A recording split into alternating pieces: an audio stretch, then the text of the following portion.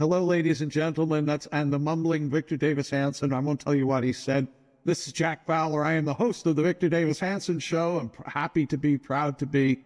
And we are recording on Monday, the 24th of March. This episode will be up on Thursday, the 27th. The aforementioned Victor Davis Hanson is the Martin and Ely Anderson Senior Fellow at the Hoover Institution and the Wayne and Marcia Buskey Distinguished Fellow in History at Hillsdale College. He's also the owner of a website, The Blade of Perseus, VictorHanson.com. You should be going there early and often like they vote in Chicago.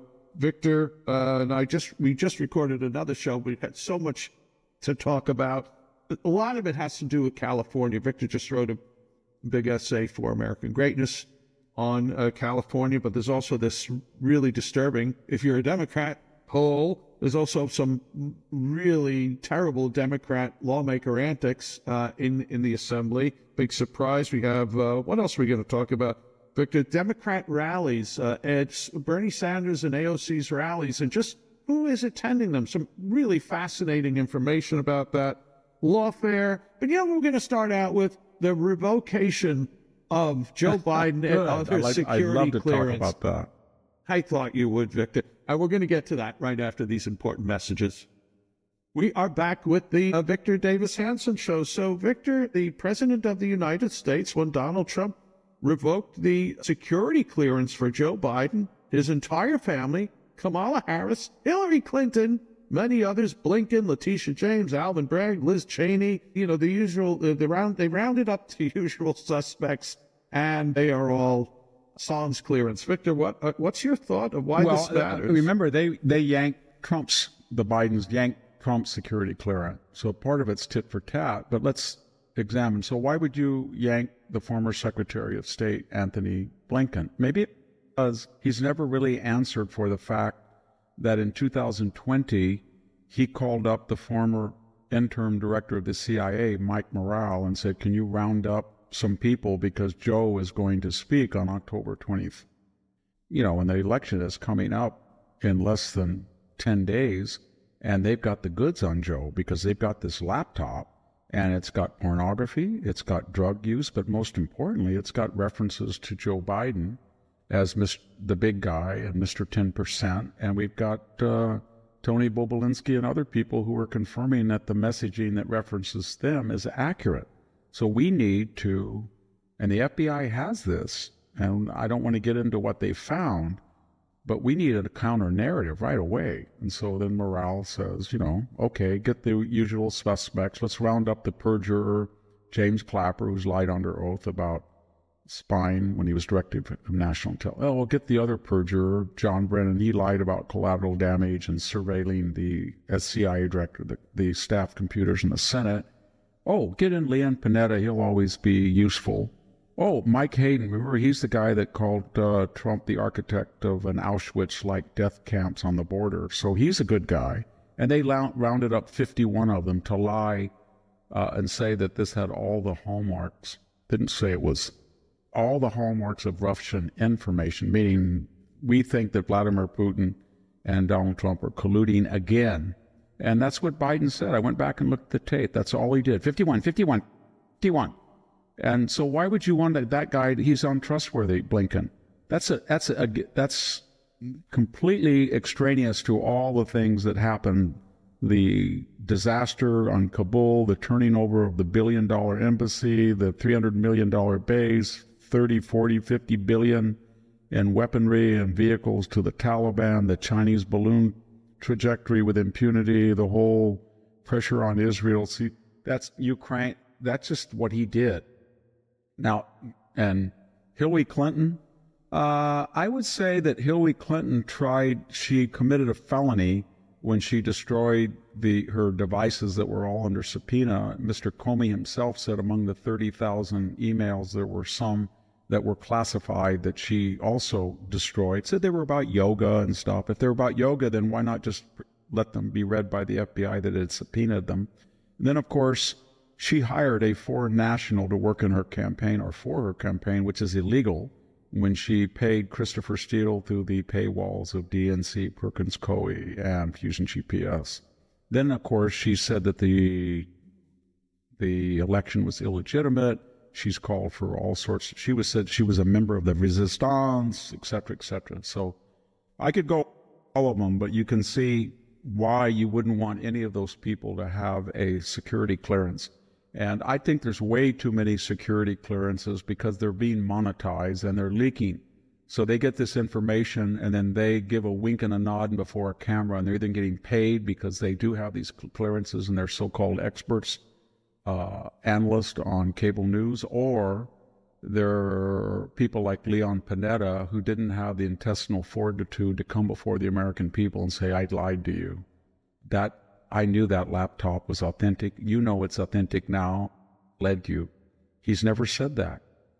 So all of these people, I think we're giving way too many security clearances, and there's too many leaks as it is. So in general, fewer the better, and when people have tried to subvert the law in the past, then they don't deserve any special deference.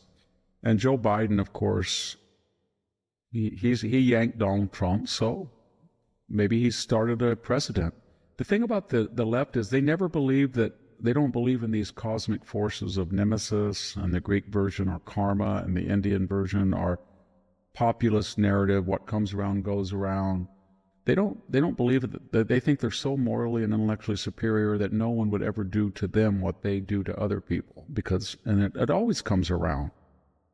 Why would Biden get it anyway, given that the last what would he maybe do 4 years of he outsourced every thought he had, every signature he had? Don't you remember when Hunter was being paid those astronomical figures for painting? Well, I mean, he was giving expertise advice, and no one ever really knew why Joe Biden for 30 years had all those classified documents, because he wasn't really writing his memoirs until the latter part. I don't know how many times he's written his memoirs, more than once. But I think the impression was that they were loosely in his house, in his library, in his office, and Hunter had access, as you saw in the garage. So the idea was that Hunter, with a wink and a nod, can say, look, I have this knowledge about Burisma, Ukraine, and Russia. So I think the whole Biden family was trafficking on the idea that Joe Biden had taken illegally classified documents and they were in the family domain and people had access. The picture of the garage thought any Biden could have gone in there and got one of those collapsed boxes, which was, again, ironic because, remember everybody, the FBI, when they went into Mar-a-Lago, they took 13,000 to 14,000 documents. They found 102 that were classified, 0.007. And so unpersuasive they were afraid that raid would be, when they tried to justify it, that they took labels with them. It's top secret, classified. And then they took the files and scattered them on the ground and put little sticker labels next to them and had to orchestrate. Is exactly. And nobody had to do that with Joe Biden's garage. It was pristine. Or as we say in archaeology, it was in situ. It wasn't moved. All you had to do was take one picture of Joe with his Corvette showing off and see those boxes in the background to see that Hunter had access to them. Should he wish. The Cabana boy had access to them. Everybody did. The Ghost Rider, remember the Ghost Rider? Yeah. He was narrating, Biden was giving him information, and he recorded it, and he destroyed that subpoenaed tape. Robert Hur, who I really don't have a lot of respect for, to be candid, and he said that, why did you, that was subpoena. We wanted the tape to see what you were doing with access to classified information from Joe Biden. And he said, I just erased it because I was afraid I'd be hacked. So that was kind of convenient timing. He been indicted for destroying subpoenaed evidence, but he got the Hillary Clinton treatment. Right. Everybody should listen to this. I'm not being bitter or I'm not trying to be on a rant, but you got to remember something. We just talked about Judge Boasberg giving an exemption when he was in the FISA court to Kevin Kleinsmith for committing a felony of doctorate. It's not what Donald Trump did. They got him on overvaluing Mar-a-Lago to get a loan from the Deutsche Bank, which he paid back on time and with a sizable interest profit for the Deutsche Bank. And the Deutsche Bank not only had no complaints about the evaluation of the collateral, but said they would have lent him money again. Fani Willis, until her whole case exploded when she lied about her paramour, Nathan Wade, and everything. We've got to remember, everybody, that was a phone call where he says, find me these votes, meaning I think they're there. That wasn't a smart thing to do, but people do that all the time. That was the felony. E. Jean Carroll, I don't even need to get into her. I've written so much about her crazy, nutty, wacky ideas and her story that never made sense. And then we get to Alvin Bragg. So what did they do? The Fed said, everybody has non-disclosure forms. Big deal. This thing is over a decade old. So what? Oh, well, I'm going to you're not going to prosecute, Fed? Well, I'll make a state law and say that, he had a non-disclosure form and he didn't report that as a campaign expense. Maybe it was because he just was like most businessmen that are high profile, that have something they're maybe ashamed of, and they pay somebody not to discuss it to protect their families, and it has nothing to do with campaigns. That's an argument. That's what the feds apparently concluded when they chose not to prosecute. And then you know what? I get so angry because it's so Mr. Cole Angelo, the guy that was the third highest in the Merrick Garland DOJ, came to the DOJ because he was working as a federal prosecutor and trying to teach the dullard Alvin Bragg how to use a state law to be a surrogate for the feds that wouldn't prosecute. And then when he did his damage, he went to Alvin Bragg to do this, and he came from the DOJ after he had worked for Letitia James. So here you have a guy going after Trump, getting that big settlement to bankrupt him, going into Merrick Garland's DOJ, then saying, you know what, it's November 18, 2022. Today we appointed Jack Smith, federal prosecutor. Today Nathan Wade and Fannie Willis's boyfriend is in the White House. We're instructing him and Mr. Coangelo, get back out there and do with Alvin Bragg what you did for Letitia James, all the same day. That's why he's angry. That's why everybody that Donald Trump is angry. And that's why he doesn't think those people are deserving of normal accordance treatment. Well, we've talked before, and we'll talk again later in this episode, this podcast, about not only lawfare, but the broader threat, which is now being called big law. And Donald Trump has taken action against several law firms themselves. And got a very fascinating analysis of big law's efforts on things, and that Donald Trump and his administration are focusing on this are important. I saw your Hillsdale colleague this weekend past, Bill McClay, who's just the loveliest guy. I like him. He's written a wonderful textbook, Land of Hope. Yeah, which gives people it's very valuable. It gives people K through 12 chance to learn the truth. Well, I think there's going to be an aggressive effort. I heard from somebody that maybe Encounter is going to be really pushing this that book as a textbook. It's just soaring in sales. It's been wonderful. His son is also a classic professor at Hillsdale. Oh, wow. Well, anyway, he's just the happiest warrior too. So Victor, before we go on to some of these other topics, I did want to. You mentioned Tony Bobulinski, and you would go back in the time machine to think, wow, not only did these 51 people lie, and not only was the New York Post cut off from the rest of the world. Miranda Devine's truth, she was speaking the truth, a lone voice in the wilderness. Yeah. And Bobulinski had that, I thought, profoundly important interview with Tucker Carlson at the time, and I don't think the FBI ever dealt with him, ever. No, because they had the Hunter laptop hard drive. They had the whole thing in their possession, and they knew it was authentic. They'd verified it, and they knew what the Biden administration was doing, telling everybody that it was a product of Russian disinformation. They knew that the whole intelligence community, at least as represented by 51 of their best and brightest, was lying to the nation to warp a debate and thereby an election. And they didn't have the guts to come forward and tell the truth. James Comey knew it. He knew it. He had the FBI. He had the laptop in 2000. I guess it was Christopher Wray by then, excuse me. But he had the laptop, and he knew it was authentic, and they kept mum about it. Well, Victor, we are going to move away from laptops and to the golden state of California, where, my gosh, things seem to be churning. Let's take two angles on partisan politics in the state. First, we'll talk about some hijinks of Democrats in the Assembly. Then we're going to take a commercial break, and then we're going to go on to some really interesting polls.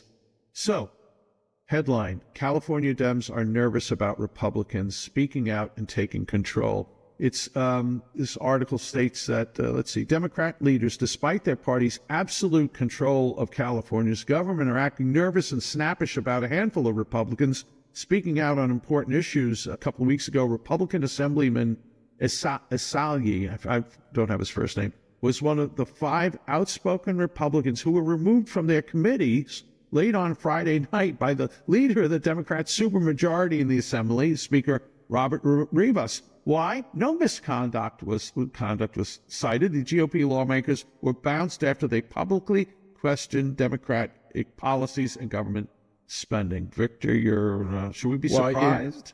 No, because everybody should remember what California is. It has no two-party system. It's a one-party state. There's no other state like it in the country. There is not one single statewide officer who is a Republican, not the lieutenant general, not the attorney general, not the state controller, not the governor. I think there's only 11 or 12 of the 52 congressional seats are Republicans. There's a supermajority in the House and the Senate, state Senate. We haven't had a Republican governor since Schwarzenegger, and that means that we've had now 8 years of Jerry Brown and 6 years basically of Gavin. So we've had 14 years of judicial appointments. The whole judiciary is basically left-wing at the Superior and Appellate and State Supreme Court, and that's not enough for them. So now they have to silence the majority in the legislature and kick them off committees. And why are they doing this, and why now? It's because the state, as I speak, started out with $76 billion in the hole. That's very hard to do, Jack, when you have a 13.3 income tax rate. Your sales tax is among the top 10 in the nation. You have the highest gas tax in the nation. And in addition to that, although in theory you have a 1% property tax, there's all sorts of exemptions, and the assessments are so high with California property. It's among some of the highest property taxes. And they're broke. And then you can't talk about any of these things. People, if you say, why are percent of all the births in California on welfare Medi-Cal? Why? What's going on? Why are 40% of all Californians on Medi-Cal? And why is that program $7 to $8 billion in deficit? And where's the money going to come from? Why do we have the highest power bills in the United States? Why are almost a quarter, 20 to 25% of our power customers are not paying their bill? Why is that? Why do we have 1 out of every 3 people in the United States on public assistance in California? Why are our schools that used to be in the top 10 in the bottom 5 as far as test scores? So if you want to ask those questions, they don't want to discuss it. What's happened, though, why you're getting this paranoia is this was all a scab. And there was what I just described was a putrid wound.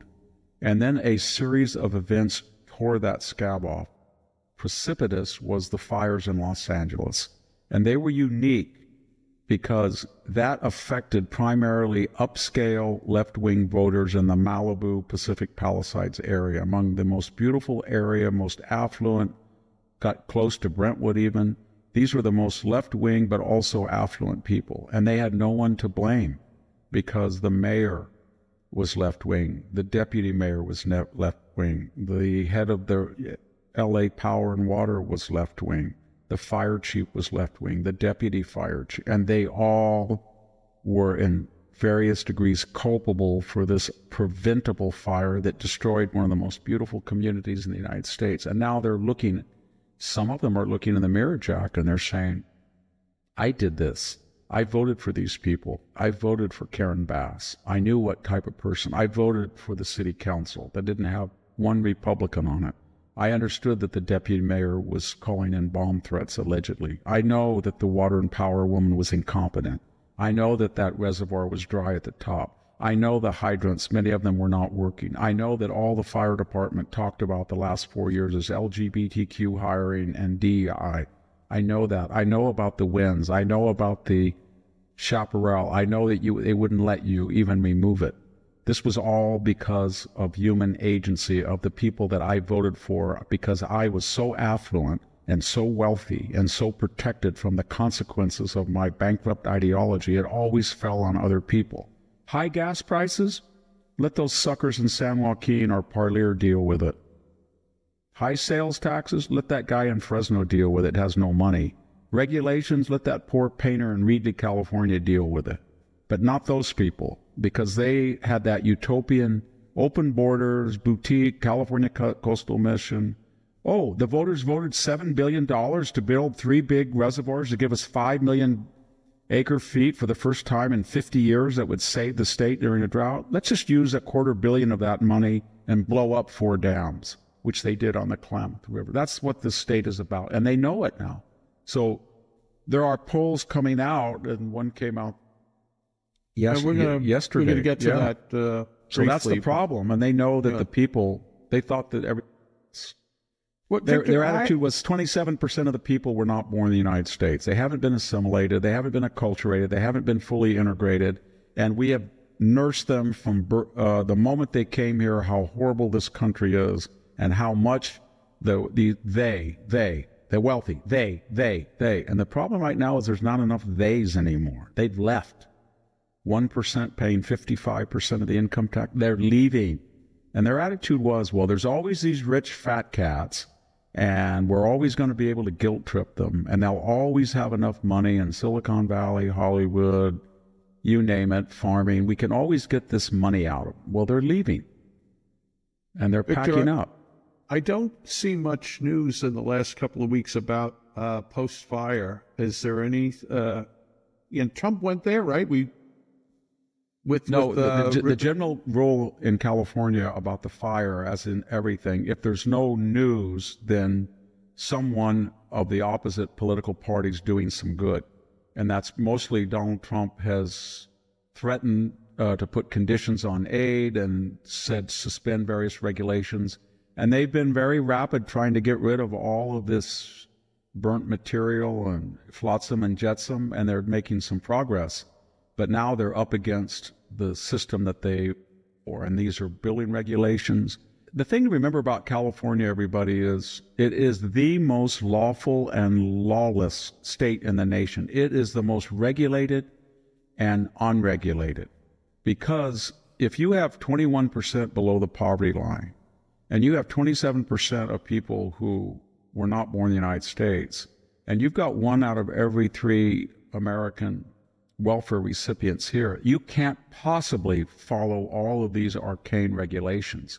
So basically, you make all the regulations for the people who follow the rules, and then you get psychological benefit to enforce them with that group, and then all the other people can't do it. So if you have 1/4 of the people can't pay their PG&E bill, what are you going to do? You can't can't cut off your power. And how could they when they're paying how could they pay their bill when they're paying up to 35, 40 cents a kilowatt, highest in the country? Because these people on the coast, instead of building a nuclear plant or another natural gas plant, or instead of keeping the hydro plants going, they do things like, let's shut down Moss Landing, that big natural gas oil, big producer of electricity, and let's put batteries there. So all this excess solar, we don't know what we're doing. It burned up. That doesn't matter. Let's just rebuild it again. It burned up again. The batteries blew up. And it's just a bunch of wreckage now if you drive by it. So and what do they do that?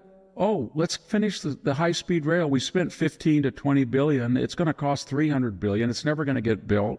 But we are going to show the world that you can go from Bakersfield to Merced in about 45 minutes or an hour quicker than you can on Amtrak. That's the mentality. They're incompetent. They're incompetent. That 300 billion, is that a figure that's really that's now for the being whole 700. about? It wasn't originally, but that's what to finish the 750 miles from Los Angeles all the way up to Sacramento, and then have a lateral over Pacheco to get into the Bay Area. But insane. it's never going to happen.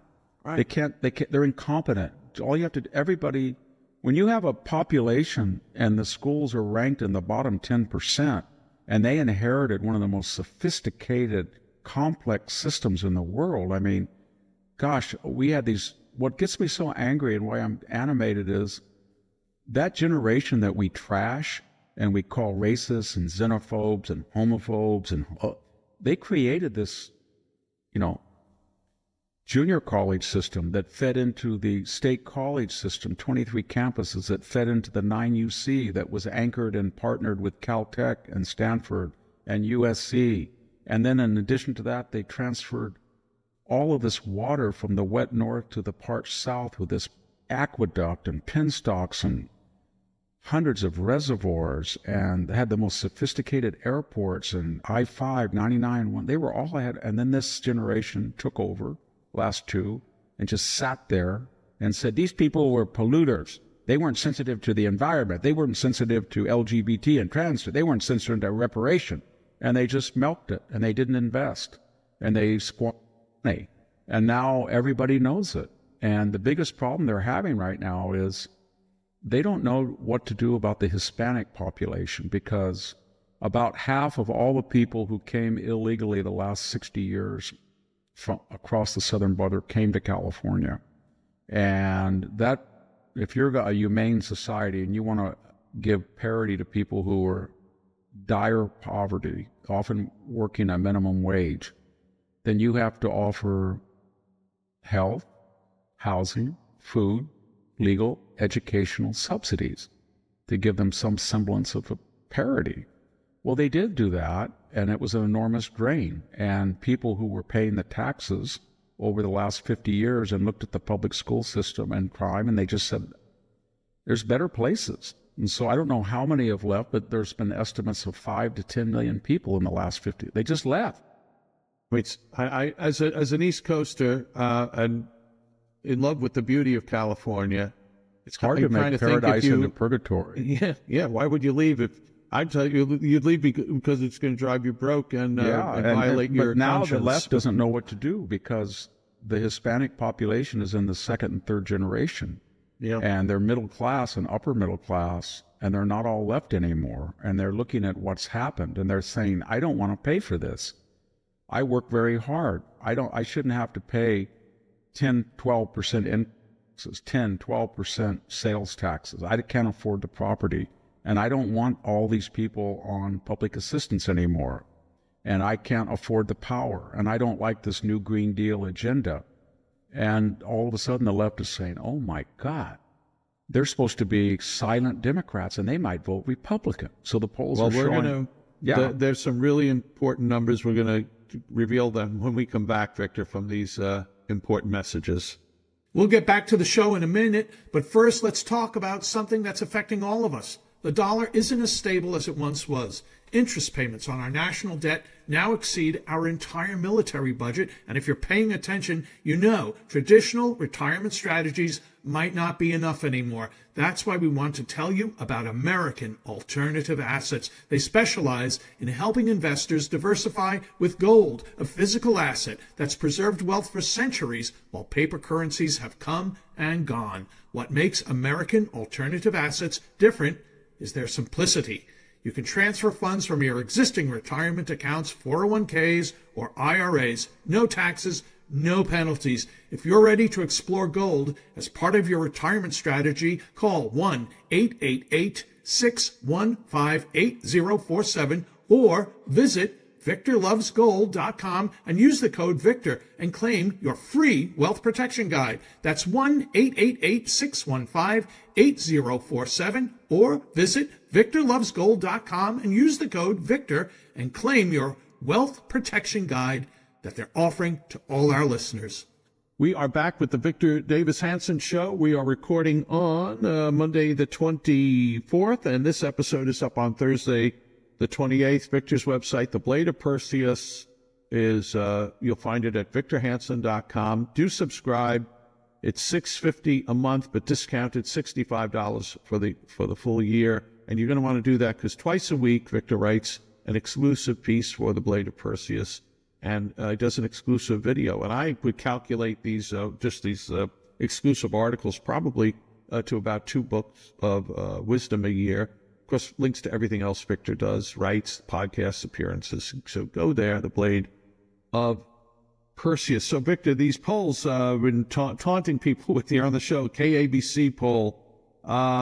New polling released shows voters across California are feeling what is being called the Trump effect, rejecting years of Democrat policies. Nearly half of likely California voters say they would consider voting for a Republican for governor in 2026. There's a reminder here that the party Republican registration in the state is just 25%. Now, here's the laundry list of anger and outrage over ongoing policies. 83% say gas prices are too high. 73% support fully funding anti-crime Prop 36. 72% feel homelessness still a big problem. 71% believe the Democrats in charge have not addressed the state's high cost of living. 69% think Democrats in San Francisco have not done enough to bring down energy costs. 62% support a full independent investigation of the recent Los Angeles wildfires. And the last one, only 24% of Californians think males, transgender, should compete in female sports. Doesn't seem like there's any upside here for Democrats. Well, Victor. no, I mean, what did Gavin Newsom did? The first thing he did was court Donald Trump to give free money to prepare the city for the Olympics. And then he set aside $50 million to sue Donald Trump and stop all of his reforms. And of course, then they said that the state was going to resist the transgender and schools would have biological males dressing in front of young girls and destroying women's sports, de facto doing that. And they're behind on every issue. We had a reparations committee. We were flat broke. And we have about 3 to 4% African Americans. We're 8 generations of civil war. This was a free state, so we have 27% of the state wasn't even born in California. So basically, Gavin was going to fund that, and that basically said, we're going to take money from people who never owned a slave. Not one person in the state had an ancestor probably that owned a slave, and we're going to give it to people that have not had any experience in slavery for 860 years. And we're going to do that at a time when we're 78 billion and our highways are rated among the bottom 5 in the nation. And that's the mentality. And it was all based on 3 things. Just very quickly, Jack, how we got into this. Number 1, we had open borders. And the Hispanic population is very hardworking, but when you're coming from southern Mexico in the second or third iteration, and many people, millions of people were coming up here without a high school degree or English language fluency or capital, and many of them under illegal auspices.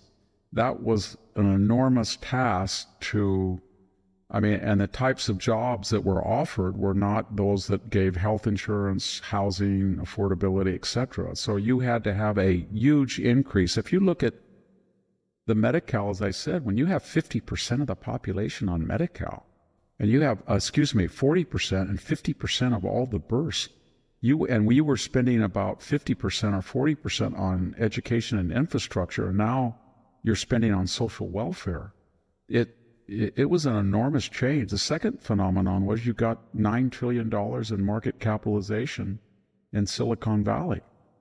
And so this left-wing area, the world wanted their Google searches, the world wanted their iPhones, the world wanted their iMacs, the world wanted to get on their social media platforms, Facebook, Twitter, and the money came from 7 billion people in the world. It gave them $9 trillion, and it created gods on earth. They felt that they were masters of the universe, and they had these agendas, and they thought, I live in Malibu, I have a $50 million home, I have a $500 million boat, I've got all of this stuff, I'm worth 10, 20, $50 billion. What else can I do? I know what I can do. I can remake society according to what I think it should work, because I don't have to pay a mortgage, I don't have to pay a power bill, I don't have to fill up for gas. I don't worry about that. So they created an agenda that no one else could afford except themselves. And they propped it up.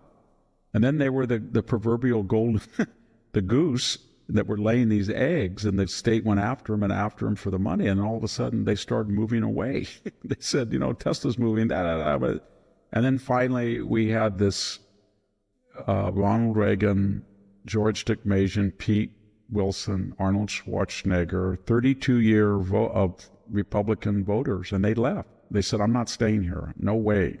I've been to Idaho, I've been to Nevada, I've been to Tennessee, I've been to Florida.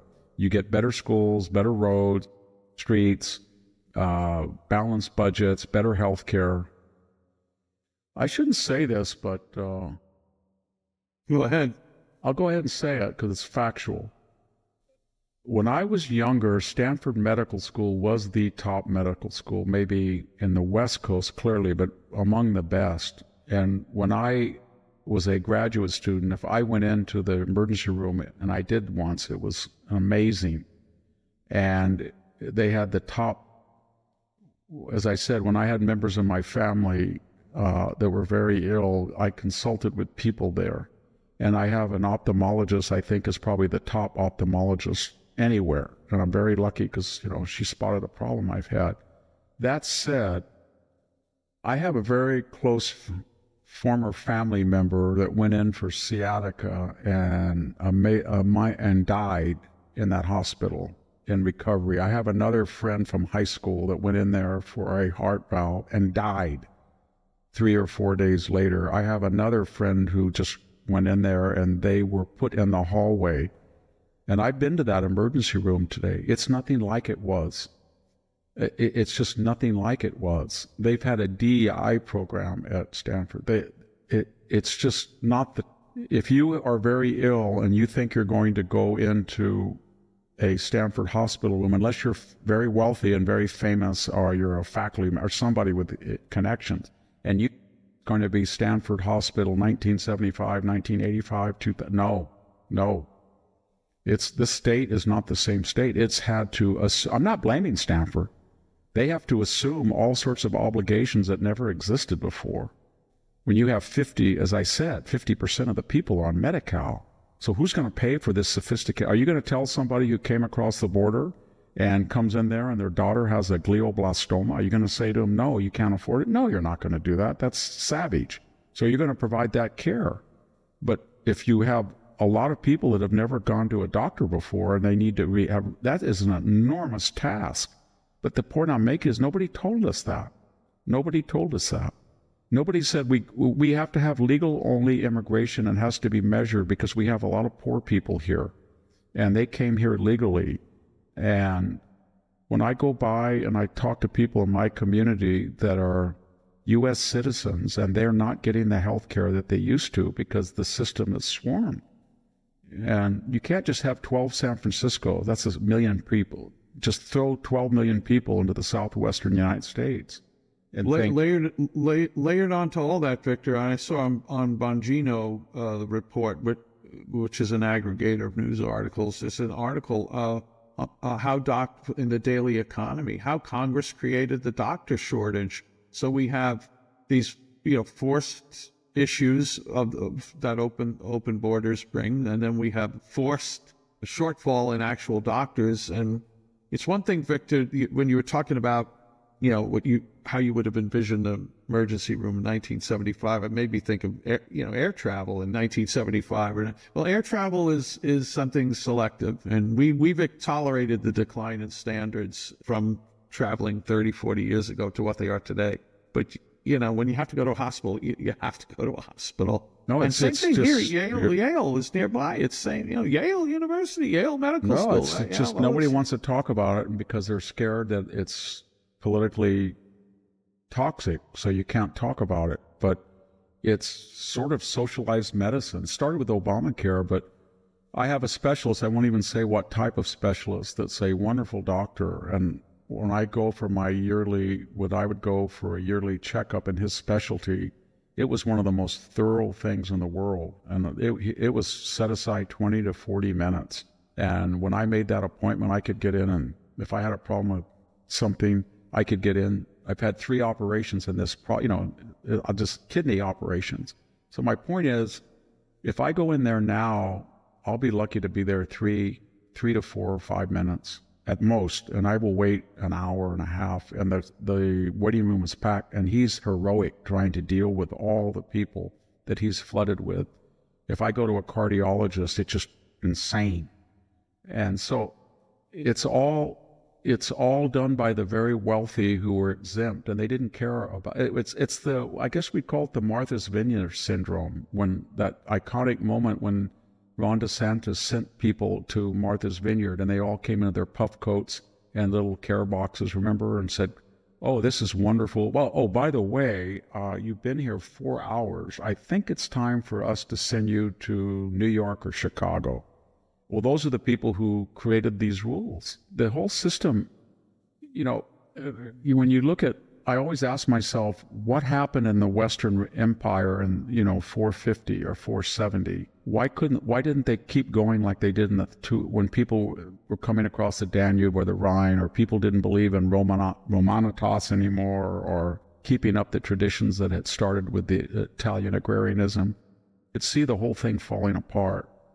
And that's what I'm really worried about right now in certain areas of the United States, but particularly California, because this is the sixth biggest economy. We had everything, the most sophisticated agriculture.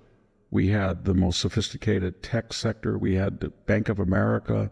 We had, we had some University of California, Berkeley, UCLA, USC, Caltech, Stanford. We had the highest.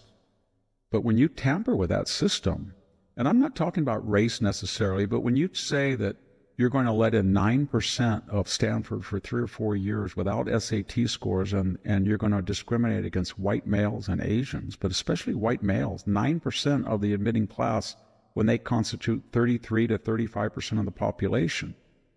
And then you're going to say that, what are you going to do? You're going to have people who have no record of a competitive SAT score or a competitive GPA, and they're going to have to water down the courses or do what they do, give 75% A's, and that's going to filter back to the employer and to society at large. And right, how the roads are maintained, and see, what I'm getting at is, I didn't make the standards. I didn't. You didn't. People listening didn't make the standards. They did. They said that if you want to go to Caltech, or Caltech's kind of an exception because they're back to normal, but if you Stanford, or you want to go to Berkeley, or you want to go to UCLA, then this is the SAT that you should have, and this is the GPA that you should have. I didn't make those rules. The faculty made those rules, the faculty governance, because they said, "Oh, I'm teaching upper division Spanish literature, and I need to have this type of student. Oh, I'm teaching computer coding. I need this type of capable student."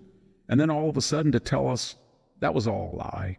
Those standards were arbitrary. They didn't mean anything. They were racist. They were sexist. They were homophobic. We don't need them.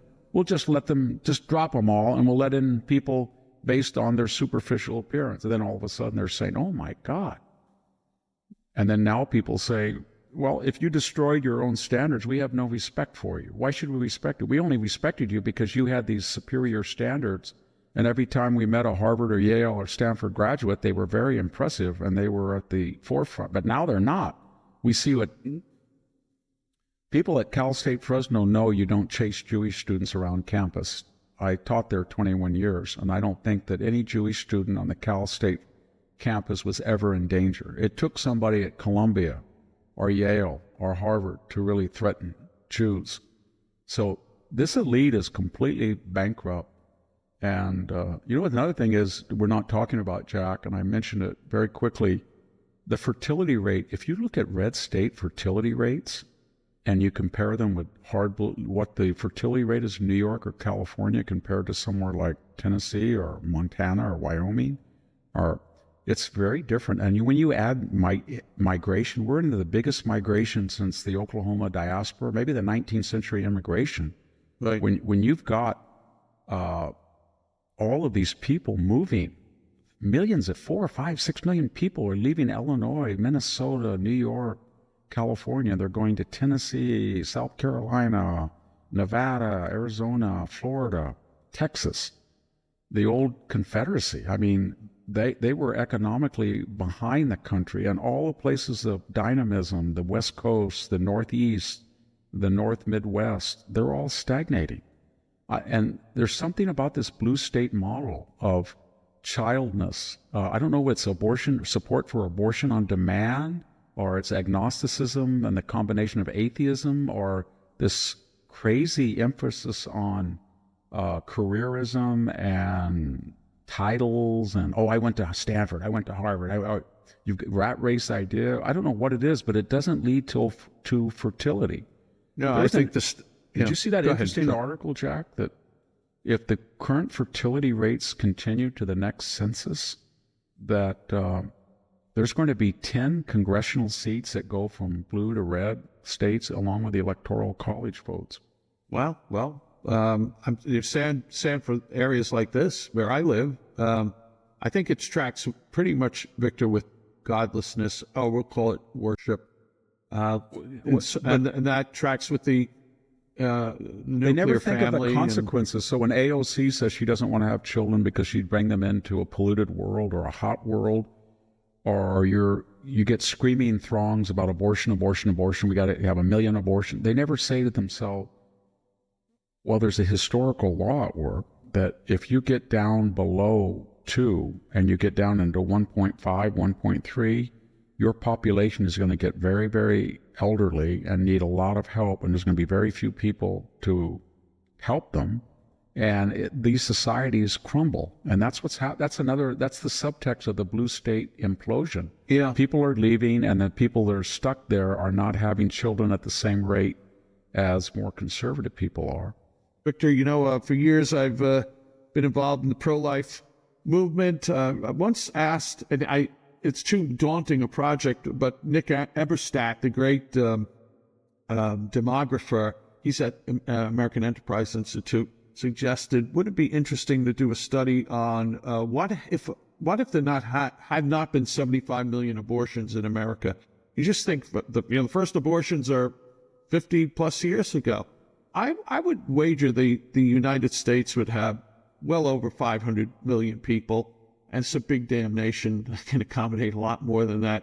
And all the teachers bitching and moaning, we don't have enough. There'll be plenty of students to be there'll be need for teachers and need for so many things. It'll be so much more vibrant nation. But instead, we have a culture of death, and it's not only abortion. Now we have getting rampant euthanasia. What is going to happen to these? Where do these ideas come from? I know, but where do they come from? If you trace, devil, I think. And every bad idea, and I say this as someone at the university at 18 and graduated very well at 17. I was 17 when I went as a freshman, and then I spent 2 years in study in Greece, but I finished 26, and then I took 4 years off, but I've been in academia ever since. So I know it. I've been a visiting professor at the Naval Academy, at Pepperdine, Hillsdale. I was a Nimitz visiting scholar at UC Berkeley. I've seen it all.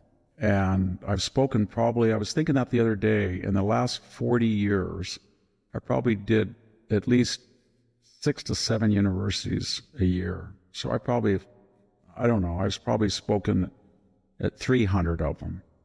My point is that this is long overdue, what's going on, that Donald Trump is trying to do. People do not realize what's been going on at these universities. They have institutionalized anti-Semitism in the elite universities.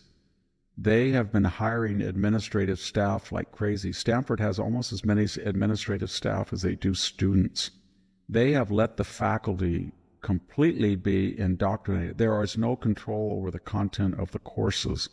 The faculty senate, they censored Scott Atlas at Stanford. They still haven't relented on that. They haven't lifted that censor. They are so wealthy. Just a few years ago, we talked about endowments in the millions of dollars, but the idea that they would be so partisan, they would not respect the First Amendment of the United States. You cannot, if you go to a campus today and you give a lecture about pro-life lecture or a pro-Israel lecture or a pro-drill baby drill lecture, they're going to stop you. If you get accused, you go on a date and you get drunk and you're accused of sexual something, you're not going to have Fourth Amendment, Fifth Amendment, or Sixth Amendment. I've seen it happen. You're not going to have those rights. And if you think that the Civil Rights Acts of 1964, 65 apply, they do not. There will be separate graduation. Maybe they'll say their official graduations for everybody, but there will be racially segregated additional or auxiliary graduation, racially segregated dorms, it's completely out of control.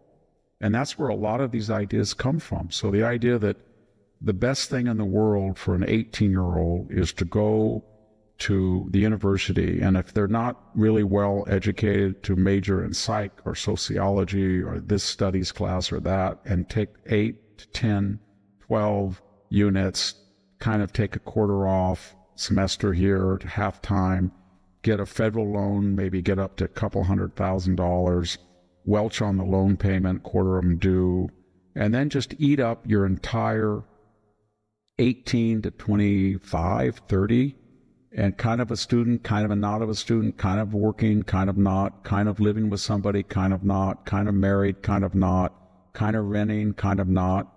And then when you look at that other group that had a very antithetical paradigm, and they're talking about the people that were born, say, 1915 to 1930, what was their attitude? I'm 17, I'm an adult now, it's the Great Depression. I'm going to come home from high school and milk cows. I'm going to come home from college and work as a carpenter for the summer. I've got to get married 21, 22, 23. I'm not saying this was ideal, but I'm just talking about historical terms in terms of fertility and productivity. And then to have 2 or 3 children in the baby boom, and then our leaders, our elected officials said, I'm going to get these people, and they lived through the Depression.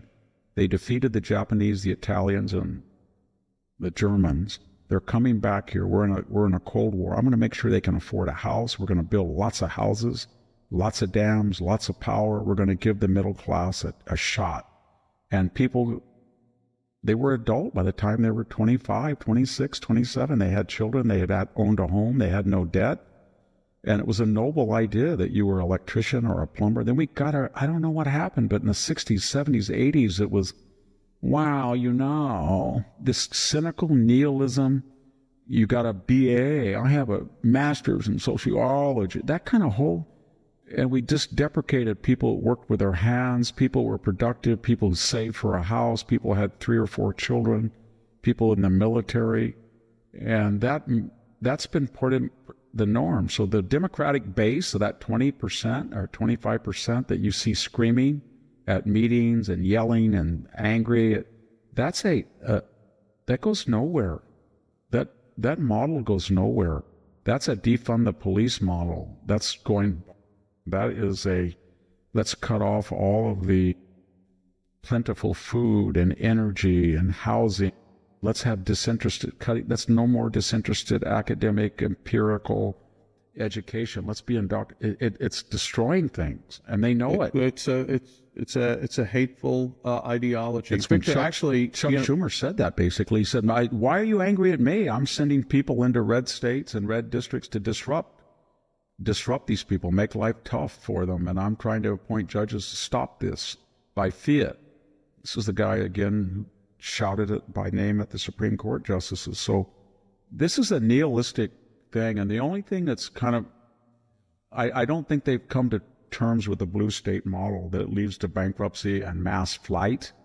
And every time a person leaves Minnesota or Illinois or New York or California, the burden is increased on the person who stays. And that's they're doubling down, Victor. And I think we've got a little time left here, because I know we got a hard stop coming up. But I think it'd be interesting to look at a rally in Denver and who's there and what this means for the Democratic Party, and get your thoughts on that when we come back from these final important messages. We are back with the Victor Davis Hanson show. Victor, there's this, I don't know who he is. It was a very fascinating X post by a guy named Tony Saruga.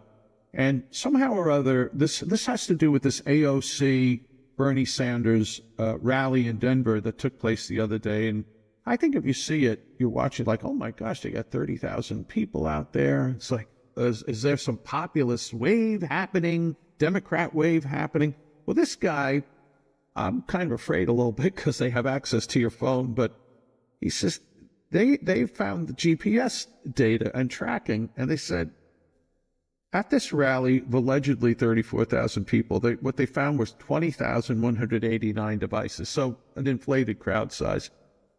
It said this is not shocking, 84% of those devices present had attended 9 or more Kamala Harris rallies, Antifa BLM, pro-Hamas, pro-Palestinian protests. So they're professional or quasi-professional protesters, and 31% of these people had attended over 20 such rallies.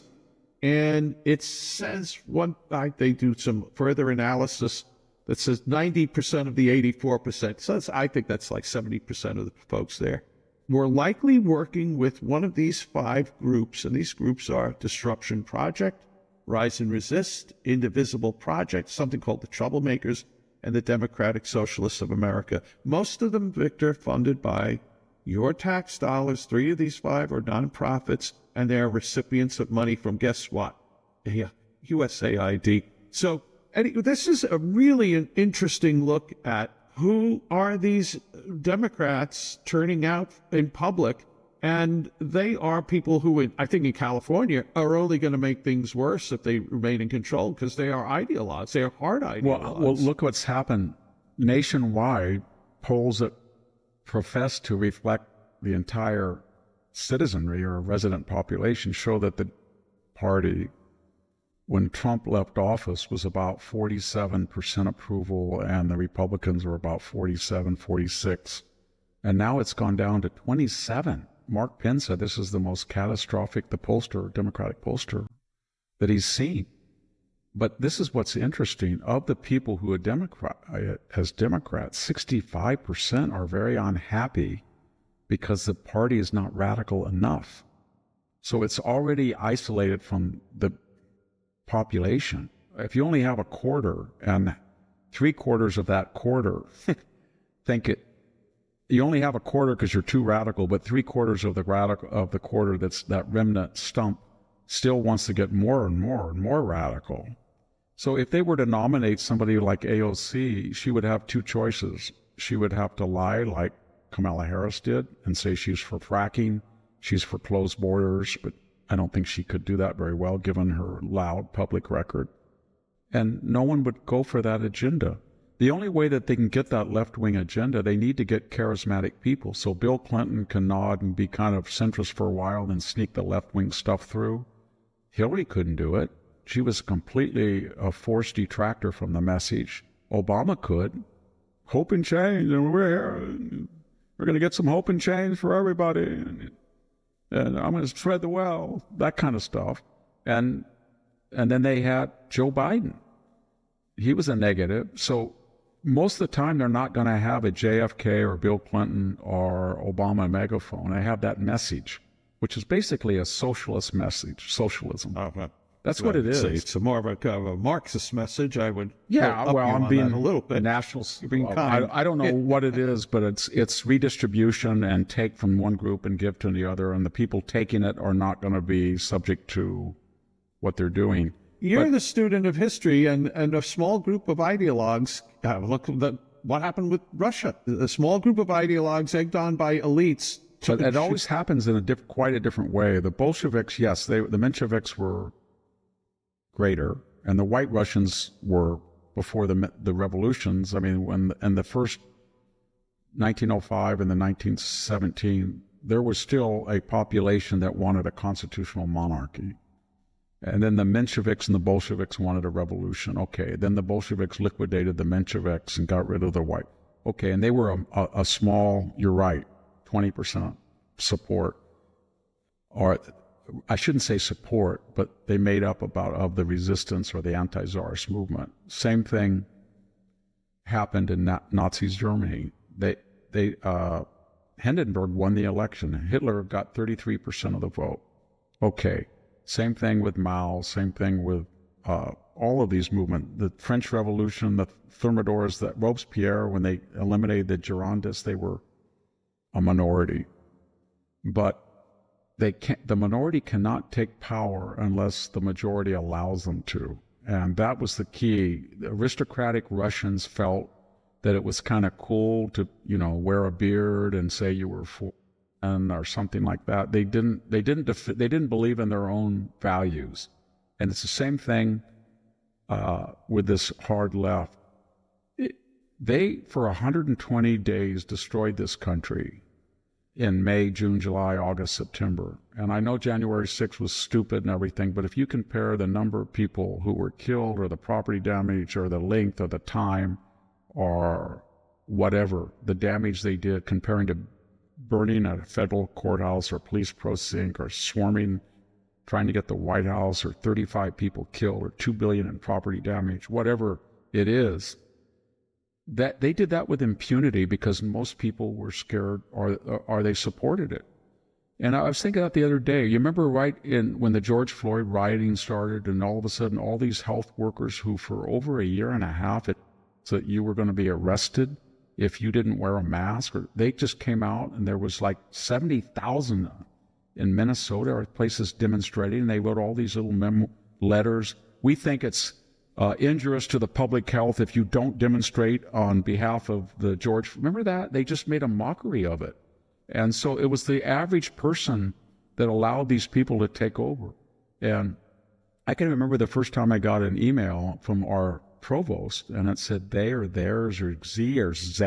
I said, what the hell is this? And somebody said, well, you should list your pronouns. What? List your pronoun. Just do it. Just do it. And so it was Donald Trump was that guy and that woman, that figure in that famous 1984 that ran down that Orwellian audience and threw that ball and chain into that computer screen and shattered it. And then all of a sudden, wow, no, none of this. We were all crazy, but we weren't crazy. We allowed it to happen. And exactly. We had certain values that said you don't discriminate against people on their religion or their basis of their superficial appearance. You treat everybody the same. People don't have demographic parity. As one group doesn't do the other, than we try to work at K through 12 and help people. But you don't discriminate, period. And you don't defund the police, and you arrest somebody that hits somebody, and you arraign them, and you try to convict them if they're guilty. We had all these values. They just threw them away. And what did they give us? They gave us nothing in return but debt and violence and chaos. I mean, that whole thing about Leah Thomas, everybody knew that, Leah Thomas, right?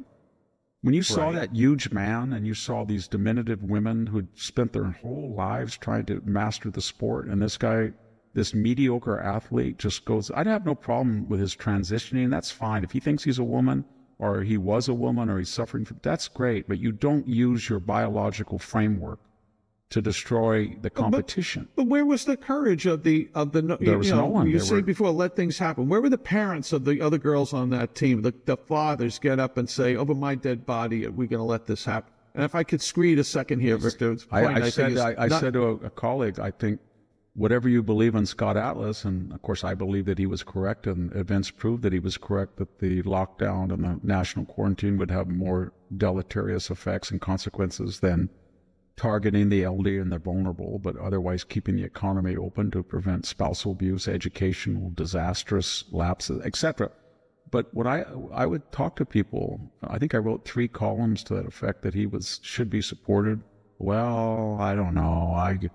Maybe he's right, maybe, but I'm not going to. That's the problem, and nobody speaks up. And exactly. You'll lose the country if you don't. And everybody, each according to their station, has a role to play. And there was we can't take consolation in these poll numbers, right? Because if you're a conservative, like, oh, look, they're on the run. Did you see that study by I don't know if he's related to your former writer when you were publisher of National Review, Shore, but he did a poll the other day. Isaac Shore? Yeah, No. But I don't think it's Isaac. I think it's another fellow named Shore. And he just did a poll about what would happen if the people who voted in 2022 had all turned out in 2024. But then he did another take on it. What would happen if the putative Trump voter had turned out? In other words, was the old standby was that the Trump voters are overrepresented in their demographics, that more people will come out to vote for Trump than are actually representative of the whole pop. And he found just the opposite. If everybody who wanted to vote for Harris had registered and voted, and everybody who polled that they wanted Trump Trump would have won by 5 points. By 5 points, not just, 1.7. So the point I'm making is that all of you are listening, you're the majority.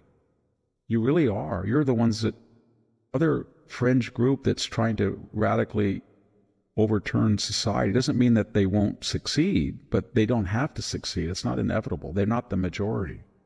And they could be countered. And what we're seeing right now is a counter-revolution. It's very fascinating to watch. Donald Trump is saying, I didn't do it last time, but I'm going to try to change law. I'm going to try to change the media. I'm going to try to change government spending. I'm going to try to change medicine. I'm going to try to change the universities. Because if I don't, it leads to $36 trillion in debt and China taking over everything and a sectarian, factional country that is divided by race and gender and ideology. And it leads nowhere. We've come close to it, Victor. But speaking of coming close, we have come close to the end. You got a hard stop. Yeah. We have to end this. So we will talk about big law on our next when we record again, because there's some great stuff Donald Trump has done with some of these massive law firms and the risk of the big law that it is posing to America. Always at the end of the show, read a comment, and here's one that I think is from Apple. Folks can rate the show on Apple, and thanks for those who do.